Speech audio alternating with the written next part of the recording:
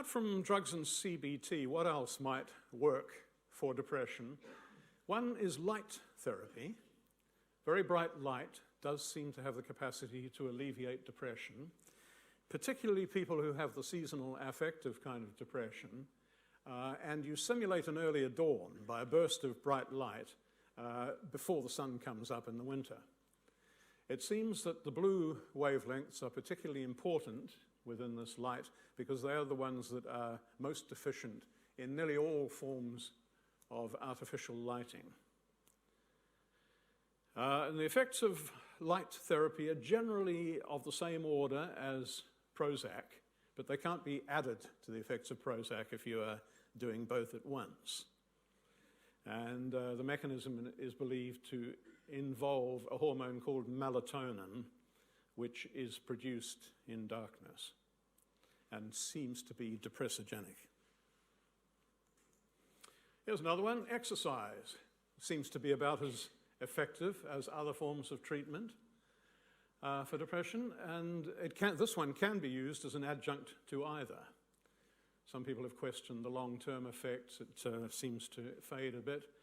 The benefits that are observed could be due to a lot of things: being healthier, fitter, improved self-image, diverting negative thoughts while you're concentrating on putting a golf ball in the hole or something. You're not thinking about your unfortunate life and the reasons for your depression. It could be exposure to fresh air and sunshine, or simply the social contact that you get down at the gym.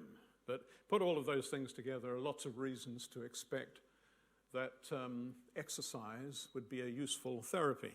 Unfortunately, there's a bit of a catch-22 in that if people are extremely depressed, it's very difficult to get them out of their bed to do any exercise in the first place. Here's another one, pet therapy. The companionship of animals can be very important to people, perhaps elderly, widowed, or bullied children. The pets are non-judgmental, and they make unconditional bonds. The dependency of the pet may be important because it adds purpose to the life. It's a child surrogate. And dogs, of course, need exercise. So here's the motivation to get out and do a bit of exercise yourself. And there are quite a number of studies that show the benefits of contact with animals in reducing stress, which again seem to be comparable to other therapies, in this instance, behavioral stress reduction programs.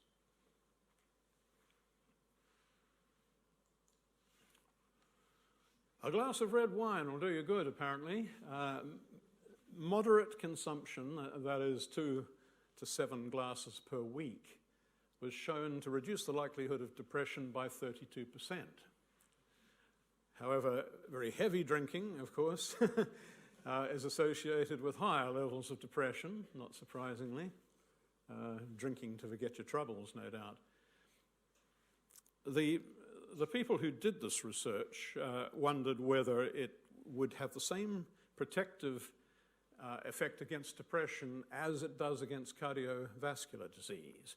There was a lot of interest in a chemical called resveratrol, which is contained a non-alcoholic component, particularly of red wine.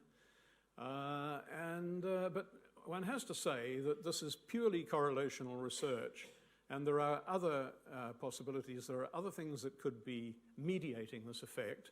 One is the Mediterranean diet, which has been shown in research also to protect against both cardiovascular illness and depression. General health, wealth and lifestyle, people who have a glass of wine or two tend to be sort of well-off people who can afford the wine, for example, and it is all part of their general lifestyle. Plus the fact that when you're having a drink, rather than getting drunk, you're usually doing it in a sociable situation, and the social context itself might be important in protecting you against depression.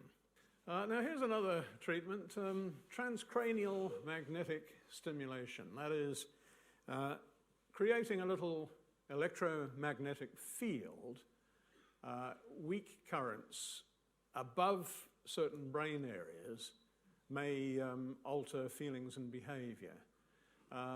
They usually go for the frontal area of the brain, particularly left frontal, seems to be the focus of activity here. It seems to work to some extent, and it's non-invasive, certainly compared with electroshock therapy or surgery, leucotomies and things, with relatively few side effects, just the occasional seizure or headache. Nothing too bad, you know. As I say, there is some evidence of its efficacy, but there are so many variables still to be studied, like how strong the magnetic field is, exactly what part of the brain you put it over, for how long, on how many different sessions, and so on, that it remains primarily a field for research.